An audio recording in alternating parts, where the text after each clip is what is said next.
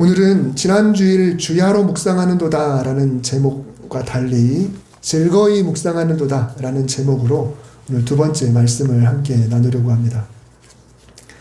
지난주일 묵상의 진짜 의미가 무엇인가를 우리가 함께 생각해 보았습니다.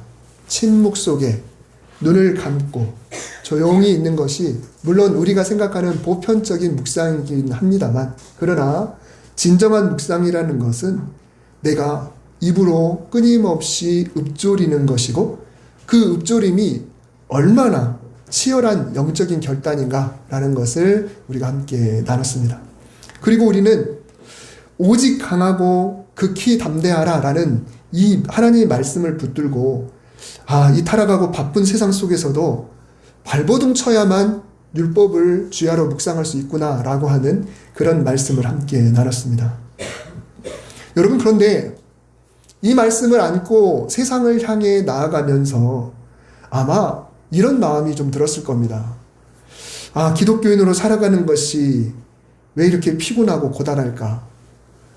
내가 그렇게 해야 되는구나. 늘 그렇게 해야 되는구나. 오직 그쪽으로 시선을 고정하고 달려가야만 하는구나. 정말 최선을 다해서 내 젖먹던 힘까지 끄집어내서 해야만 하나님 말씀을, 율법을 묵상할 수 있구나 라고 한다면, 내가 평생 나를 옥죄는 걱정 대신에 말씀을 읊조리면서 살아가려고 얼마나 나를 채찍질해야 될까, 얼마나 힘들고 어려울까 라는 부담감이 드는 것이죠. 예배당을 떠나 한 주간의 일상으로 들어설 때 우리의 어깨를 누르던 그 비장함과 그 부담감이 있었을 거라고 생각합니다. 질문을 하나 드리겠습니다. 만일 그렇게 묵상하며 살기를 다짐했고 그렇게 노력한다고 한다면 그 발버둥의 동력이 과연 무엇일까? 어떤 힘으로 그렇게 할 수 있을까? 젖먹던 힘을 끄집어내야 되는데 나름 젖먹던 힘을 끄집어내기 위한 동력은 도대체 또 어디일까? 두려우니까 라고 하는 동력? 혹은 의무감이니까 그런 동력? 하지 않으면 안 되니까, 해야만 하니까 라는 그 압박감, 그것이 우리의 동력이어서 그것을 바라보고 그것을 위해서 힘을 끄집어내고 살아야 되는가? 율법을 주야로 묵상하라는 명령이니까 그래서 그 압박감 때문에 내가 그렇게 해야 되는가? 여러분, 만일 그렇다고 한다면 그런 동력으로는 오래 가지 못합니다. 우리 사람은 그렇습니다. 의무감은 단기적인 근장감은 만들어낼 수 있어도 평생 자연스러운 동력이 될 수는 없습니다.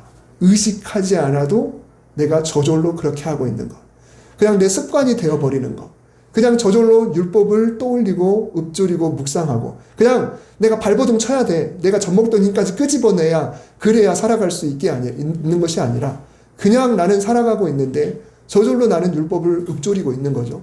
저절로 내 모든 대화에 하나님이 들어와 있는 거죠. 저절로 아침에 일어나면 하나님을 떠올리고 저절로 잠자기 전에 하나님을 떠올리는 거죠. 이렇게 될 수 있다면 얼마나 좋을까라는 것입니다. 성경은 복 있는 사람이 주야로 율법을 묵상하는 비결을 말할 때 무작정 이 악물고 독하게 버텨야 묵상할 수 있다라고 명령하지 않습니다.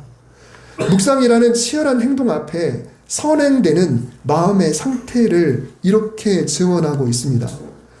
오직 여호와의 율법을 즐거워하여 그의 율법을 주야로 묵상하는도다. 여러분, 오늘 본문은 묵상하는 삶의 원동력을 담대함이 아니라 즐거움이라고 말씀하고 있습니다. 오직 여호와의 율법을 겨우겨우, 오직 여호와의 율법을 무서워서, 오직 여호와의 율법을 힘들게 주야로 묵상하는 게 아니라 즐거워하라 라고 하는 단서가 분명히 붙어있다라는 것입니다. 여기에 답이 있습니다. 우리가 일상에서 말씀을 읊조리는 거룩한 몸부림이 우리 경험상 며칠 못 가서 무너지고 피곤한 그런 종교적 의무가 돼버린 이유가 뭘까요? 우리에게 발버둥이 부족해서가 아니겠죠. 그 고된 영적 전쟁의 유일한 시동기, 발동기이자 엔진이 되는 즐거움이 없기 때문에 그렇다는 것입니다. 오늘 이 시간에 억지로 버티는 의무감의 신앙을 벗어던지고 내 삶을 가장 눈부시게 만드는 주님과의 그 달콤한 사랑, 그 즐거움의 비밀 속으로 우리가 한번 들어가 보기를 바랍니다. 여러분이 즐거워하다라고 하는 단어는 히브리어 원어로 하페츠라고 하는데요. 단순히 말씀이 좋구나, 말씀이 재밌다라고 하는 수준을 넘어섭니다. 나의 온 마음과 시선이 어떤 대상에게 꽂혀서 완전히 사로잡혀 버린 상태를 말합니다. 즉 강렬한 열망과 기쁨, 사랑으로 가슴이 뛰는 상태, 이게 바로 율법을 즐거워한다라고 하는 것입니다. 여러분, 제가 방금 설명드린 그 내용이 우리 인간관계 속에서 어디에서 그런 게 성립이 됩니까? 내 마음과 시선이 어떤 대상에게 완전히 사로잡혀 버린 상태, 열망과 기쁨으로, 사랑으로 가슴이 뛰는 상태. 여러분, 이런 상태는 마치 사랑하는 사람을 향한 그 마음에서 연상이 됩니다. 그 사람, 그 인간관계 속에서 연상이 되는 거예요. 내가 사랑하는 사람, 그 사람이 연인이 됐건 배우자가 됐건 자녀가 됐건 내가 사랑하는 사람에게 그렇게 되는 거죠. 늘 관심이 거기에 있게 되는 것입니다. 생각만 해도 기쁘고, 어디 맛있는 음식점에 가면 아우 그 사람하고 그 사람하고 같이 와야 되는데, 내 새끼와 같이 와야 되는데, 이런 마음이 드는 거죠. 어디 좋은데 여행을 가도 야 다음에는 꼭 데려와야겠다라는 마음이 드는 거죠.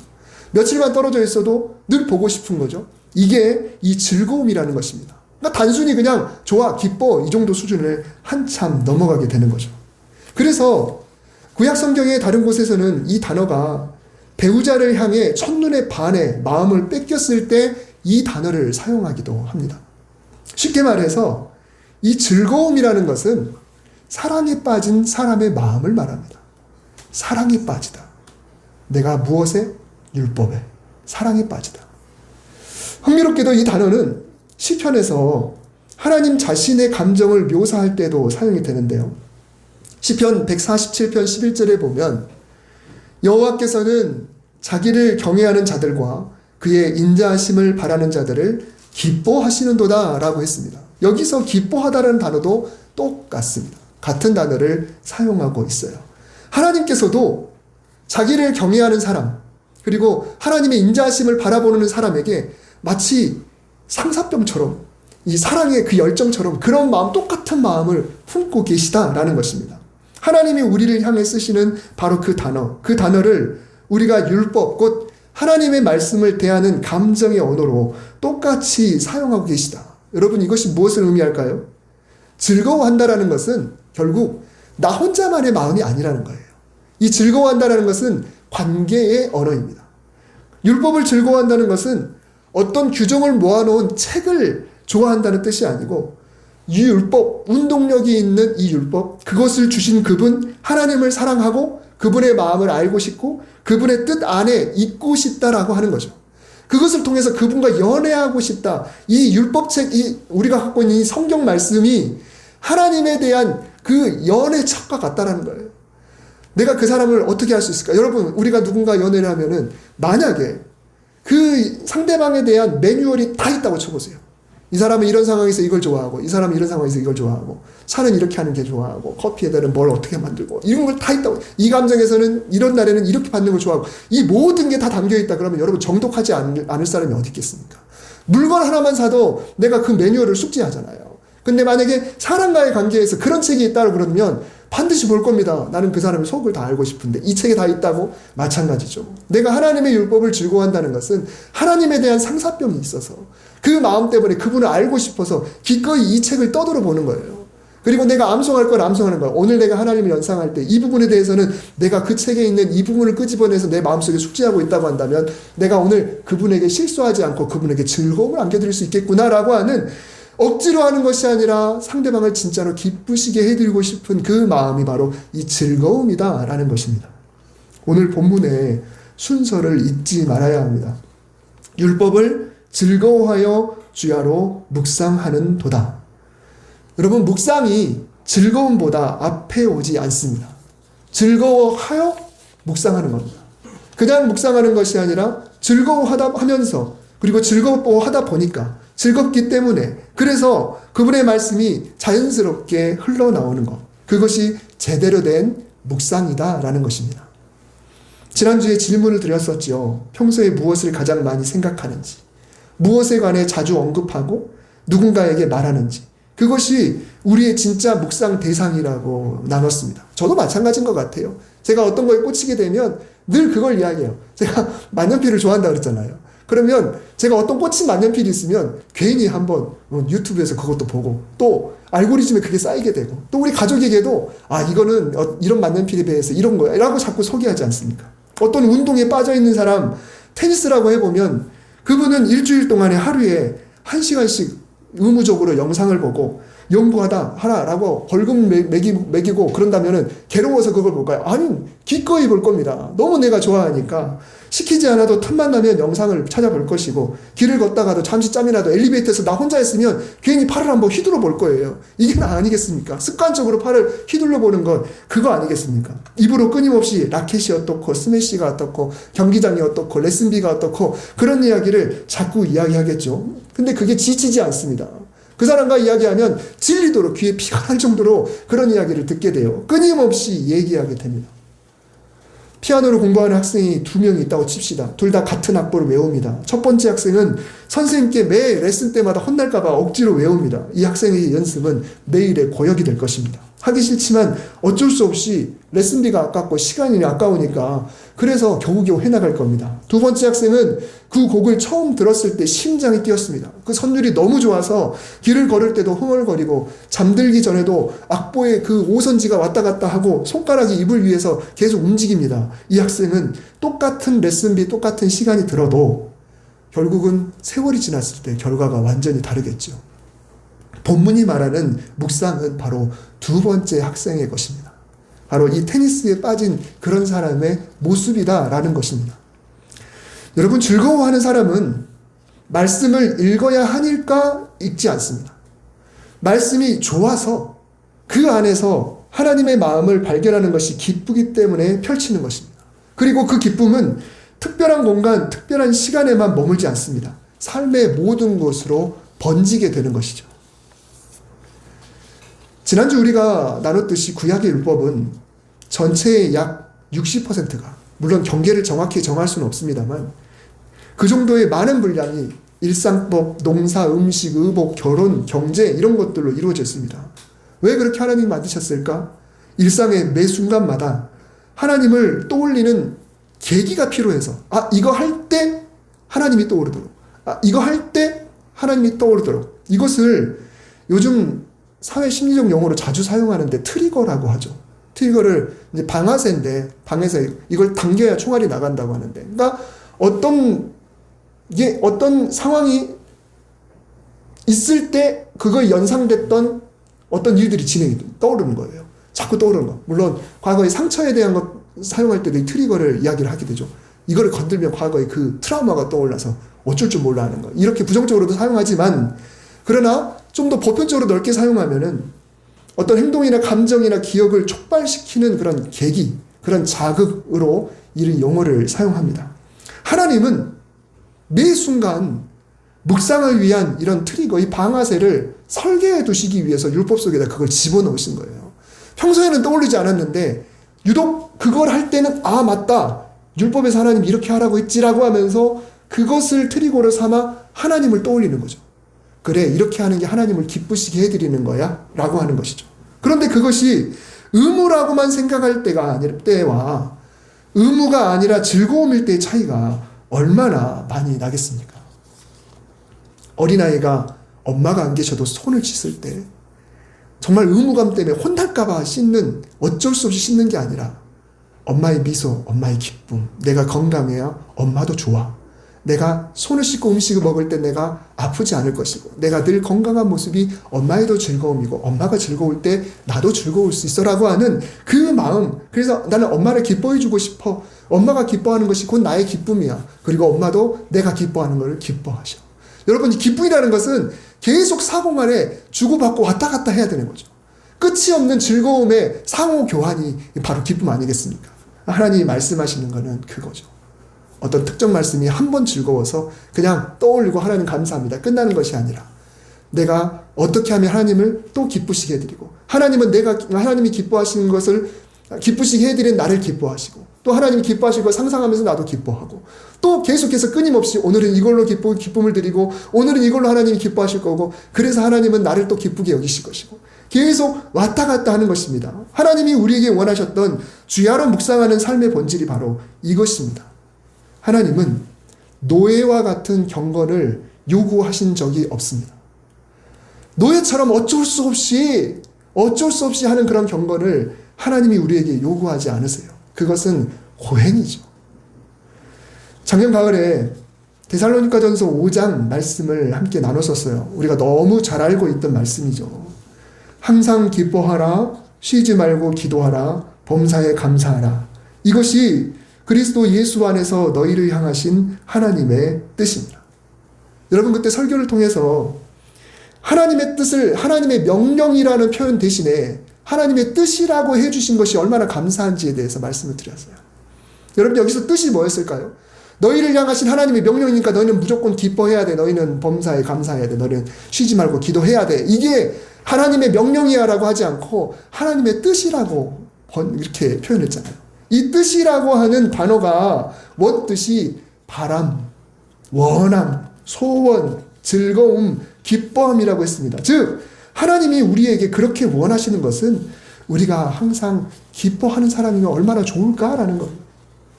항상 네가 기뻐하면 좋겠다. 난 네가 기뻐하는 게 내 소원이야. 이것이 너희를 향한 나의 바람이야.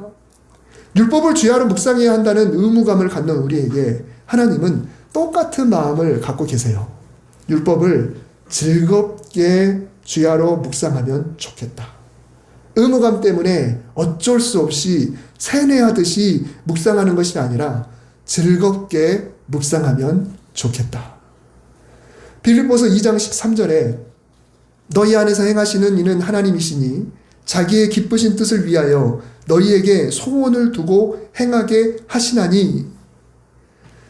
여러분 내가 즐거이 주야로 묵상하기 위해서는 물론 나도 노력을 해야 합니다. 오직 그리고 극히 그 노력이 필요해요. 그러나 그보다 앞서 나를 향하신 하나님의 마음을 의지하며 구하는 것이 먼저입니다. 내 안에서 일하시는 하나님은 제가 기뻐하기를 바라시지요. 저도 하나님이 기뻐하시기를 바랍니다. 제 안에 하나님께 기쁨이 되어드리기 위한 소망이 있습니다. 그러니 그 소망을 이룰 수 있도록 하나님의 말씀을 즐거워하는 마음으로 채워주십시오. 이게 바로 빌립보서 2장 13절을 의지하는 기도입니다. 하나님이 그런 소망이 있으시니까 내 안에 제발 하나님과 그 말씀을 즐거워하는 마음으로 채워주십시오. 이런 간절한 기도가 우리에게 먼저 필요하다는 것입니다. 그러니까 내 각오가 먼저가 아니라 이 소망이 먼저 필요하고 이 기도가 먼저 필요한 거예요. 왜요? 나 혼자 힘으로 안 되니까. 우리는 연약하니까. 우리가 경험으로 알기 때문에. 내가 할 때 작심 며칠 안 되는 것을 우리 스스로 알기 때문에 하나님이 나에게 기뻐하기를 원하시는 그 소원을 내 마음속에 두셔서 그 소원으로 가득 채워주시고 내가 그 하나님이 채워주시는 그 기쁨으로 채워지게 되면 그러면 저절로 그 다음 오직과 극히가 자연스럽게 따라올 수 있다. 그래서 설움돼야 될 첫 번째가 바로 이것을 간절하게 구하는 것입니다. 즐거움은 하나님께 구하는 거예요. 하나님도 그걸 원하시잖아요. 하나님이 원하시는 것, 그러면 그것을 하나님 달라고. 우리가 늘 하나님의 뜻이 우리에게 이루어지기를 바라죠. 매주 주님 가르쳐주신 기도 속에서 그게 있습니다. 물론 하나님의 가장 원대한 그 큰 뜻은 온 인류의 구원이겠지만 우리 일상 속에서 들어가 볼 때는 하나님의 그 뜻이 나라고 하는 이 땅에 어떻게 이루어질지를 우리가 구해야 되지 않겠습니까? 하나님이 원하시는 뜻은 우리가 기뻐하는 겁니다. 우리가 기뻐함으로 주님의 말씀을 묵상하는 것을 하나님이 원하세요. 그러면 그것을 그대로 구해보는 것입니다. 그 다음에 필요한 것이 바로 우리의 노력인데 우리의 때로는 구체적인 노력이 필요합니다. 우리는 이스라엘 백성처럼 광야에서 사는 사람이 아니죠. 광야를 말할 때는 척박한 땅이라는 그런 말을 얘기를 하는 게 아니에요. 지난주에 말씀드렸던 것처럼 눈만 뜨면 저절로 하나님을 떠올릴 수 있는 그 광야를 이야기하는 겁니다. 마치 우리는 동떨어진 수도원처럼 하루 종일 하나님만 생각하는 그런 땅에서 살지 않습니다. 우리는 오히려 가나안 땅에 사는 사람입니다. 하나님은 광야에서 훈련받은 백성들이 이제 가나안 땅에서 번성하고 하나님의 백성으로 살아가면서 장차 온 세상에 하나님의 이름이 퍼져나갈 때까지 선택받은 민족으로서의 그 사명을 가지고 살아가기를 바라셨어요. 그 가나안 땅은 바로 우리의 삶입니다. 근데 만일 우리가 세상의 모든 문화와 담쌓고 살아야 한다면 우리는 그냥 광야로 들어가는 게 더 낫습니다. 우리가 그냥 어디 산속에 있는 수도원, 기도원에 들어가 있는 게 훨씬 낫겠죠. 그러나 하나님은 우리더러 교회 안에서만 살라고 하지 않으셨어요. 교회에서 하나님 말씀을 듣고 하나님을 찬양하고 예배하고 그리고 나가라는 겁니다. 그러면 우리는 어쩔 수 없이 나가요. 나가서 살 수밖에 없는 사람입니다. 우리는 가나안 땅에서 살 수밖에 없는 그런 사람들이에요. 하나님 차라리 광야에 묶어두시지. 그냥 차라리 거기에서 두시지. 여러분, 하나님이 원하시는 건 그게 아니잖아요. 우리로 세상 속에 나가서 세상의 소금이라고, 너희는 세상의 빛이라고 말씀해 주셨죠. 즉 우리는 TV도 보고 문화도 누리고 과학의 위로움을 안고 살아갑니다. 그런 존재입니다. 그렇게 살아갈 수밖에 없고, 또한 휴대폰과 인터넷을 멀리할 수가 없는 그런 존재입니다. 만약에 그걸 안 해야 된다 그러면 휴대폰 다 해지하고 또 모든 전화, 모든 인터넷, TV 이런 거 다 끊어버리고 그냥 다 차단하고 그냥 살 수밖에 없어요. 그런데 하나님은 그렇게 원하지 않으시죠. 자, 그렇다면 이런 상황을 우리는 역이용해 볼 수 있습니다. 우리의 뇌는 참 묘하죠. 막연하게 오늘 하루 종일 주님을 생각해야지 라고 결심해도 그렇게 잘 안 됩니다. 세상의 염려의 마음을 빼앗겨 버려요. 그래서 필요한 것이 바로 이 영적인 트리거입니다. 우리 일상 속에서 그게 필요하다는 거예요. 우리는 우리의 일상 루틴에다가 말씀의 방아쇠를 한번 좀 장치해 볼 필요가 있습니다. 예를 들어 아침에 눈을 떠서 내가 이렇게 하는 거예요. 내가 아침에 눈을 떠서 휴대폰을 열면 다른 앱보다 무조건 성경 앱을 열어서 한 장을 읽어보겠다. 내 나름대로의 그냥 아침에 눈을 떴다 그러면 가장 먼저 휴대폰을 만질 때 오늘 뉴스라든가 이메일이라든가 카톡 온 거 뭔가 이거 전에 나는 그냥 무조건 나는 그냥 해봐야겠다. 성경 앱을 열어서 그냥 한 장을 읽어봐야겠다. 혹은 아침 8시에 단톡방에 올라오는 말씀 묵상 이거를 그냥 스킵하지 말고 오늘은 내가 반드시 정독하겠다. 무조건 정독하겠다고 그렇게 다짐하고 해보는 거예요. 그게 방아쇠가 될 수가 있는 거죠. 무조건 그렇게 해보는 겁니다. 유튜브를 열면 다른 것 다 검색하고 싶지만 다른 것 다 보고 싶지만 일단은 무조건 CCM이라고 검색을 해서 제일 위에 올라오는 것 내가 한 곡은 무조건 듣겠다. 이렇게 한번 해보는 거예요. 구체적으로 한번. 다른 것 볼 수도 있지만 일단은 무조건 열면 CCM 그리고 제일 먼저 뜨는 것 이것 한 곡만 내가 먼저 듣는다. 이렇게 한번 해보는 거죠. 혹은 오늘은 점심 먹은 후에 무조건 유튜브에서 설교 한 편을 들어보겠다 라든가 이렇게 나름대로의 방아쇠들을 만드는 겁니다. 은행 잔고를 확인할 때는 의도적으로 이 헌금함 앞에 있는 글씨 모든 것이 주께로 왔으니 라는 말을 읽고 내가 잔고를 확인하겠다. 무조건 이런 식으로 나름대로의 장치를 하는 겁니다. 내 식사 때마다 꼭 감사기도 드려야겠다. 내가 차에 타고 핸들을 잡으면 주와 같이 길 가는 것 즐거운 일 아닌가라고 내가 한번 말하고 한번 출발해 봐야겠다. 내가 그렇게 하겠다. 오늘 모든 영수증을 정리할 때는 영수증을 내가 체크했으면 거기다가 V 표시를 한다거나 동그라미 표시한 대신에 샬롬이라고 한번 써보고 다음 영수증, 샬롬이라고 쓰고 다음 영수증 이렇게 나름대로의 장치를 바라보는 것입니다. 여러분 이게 유치한 것 같습니까? 그렇지 않아요. 구약의 유대인들, 이스라엘 백성들은 율법을 그렇게 작용을 했다는 거예요. 그렇게 적용하며 살았다는 거예요. 내가 다른 사람에게 전화 올 때는 몰라도 핸드폰에 적어도 우리 성도의 이름으로 전화가 뜬다 그러면 할렐루야로 한번 시작해 봐야겠다. 이런 식으로 나름대로의 루틴을 만들어 보는 것입니다. 그렇게 하면 어느 순간 그것이 우리의 생활화가 될 거예요. 어느 순간 저절로 그게 습관이 될 것이고 그리고 어느 순간 그게 당연한 것이 될 것입니다. 사랑하는 성도 여러분, 우리가 일상에서 말씀을 중얼거리지 못하는 이유는 시간이 없어서가 아닐 겁니다.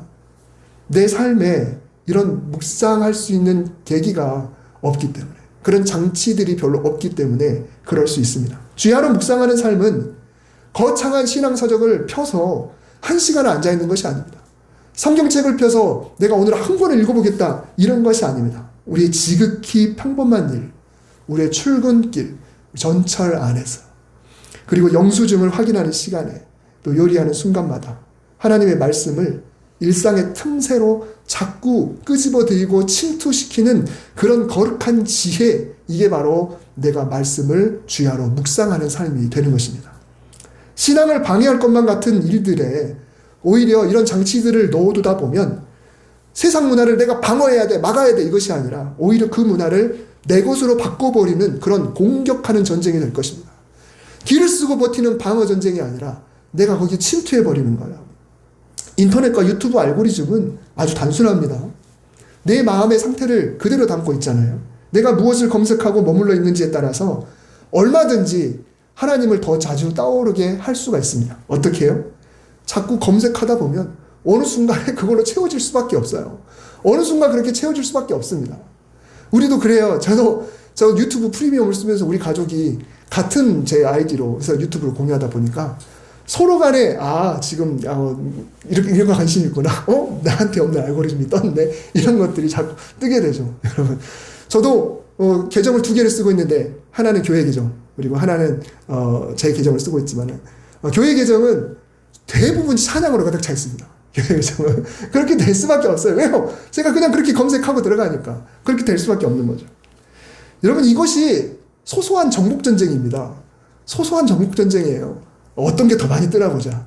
어떤 게 더 많이 뜨나 보자. 이게 소소한 정복전쟁이에요. 점점 이게 더 많이 뜬다 그러면 나는 지금 주야로 묵상하는 일을 잘 해나가고 있는 사람이구나 라고 우리가 스스로 알 수 있게 되는 것이죠. 이번 한 주간 먼저 하나님의 도우심을 구하시기를 바랍니다. 하나님, 나 혼자는 어려우니까 내 안에서 일하시는 하나님께서 내 안에 즐거움을 주시옵소서. 다른 즐거움 말고 하나님을 떠올리고 싶어하는 마음, 마치 사랑하는 연인을 떠올리듯이 자연스럽게 즐거움이 내 안에 가득할 수 있도록. 하나님도 그것이 소원이시잖아요. 나에게도 그런 소원을 주세요 라고 그렇게 기도하는 것입니다. 그리고 세상의 무거운 염려를 이불로 중얼거리는 자가 아니라 내 삶의 구석구석에 나만의 일상법을, 여러분만의 그런 방아쇠들을 장치해 보시기 바랍니다. 이럴 땐 이렇게 해봐야겠다. 이럴 땐 이렇게 해봐야겠다. 그렇게 다양한 방법으로 주님의 사랑을 즐겁게 중얼거리는 그런 성도 여러분 되시길 바랍니다. 그렇게 될 때 시냇가에 심은 나무가 철을 따라 풍성한 열매를 맺듯 여러분의 메마른 일상 속에 마르지 않는 주님의 복이 넘쳐날 수 있을 것입니다. 그렇게 하는 사람이 복 있는 사람이야. 오늘 이 말씀에 귀를 기울이고 우리 일상에서 복 있는 사람으로 살아갈 수 있기를 주님의 이름으로 축복합니다. 기도하겠습니다. 사랑의 하나님, 우리가 일상 속에서 하나님을 떠올리는 것을 무거운 의무이자 고단한 숙제로만 여기려고 했던 그런 생각들을 주님 거둬가 주시옵소서. 주님의 말씀은 우리를 얽매는 규칙이 아니라 우리를 사랑을 살리기 원하시는 사랑의 편지라는 것을 깨닫게 하여 주시니 감사합니다.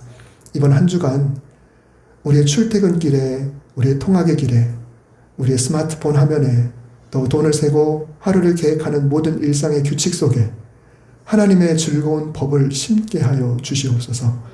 억지로 참아내는 경건이 아니라 주님을 사랑하는 기쁨이 너무 커서 자동적으로 주님의 이름을 부르고 찬양을 읊조리는 복된 인생이 되게 하여 주시옵소서. 우리 삶을 가장 아름다운 시냇가로 인도하시는 예수 그리스도의 이름으로 기도드립니다. 아멘.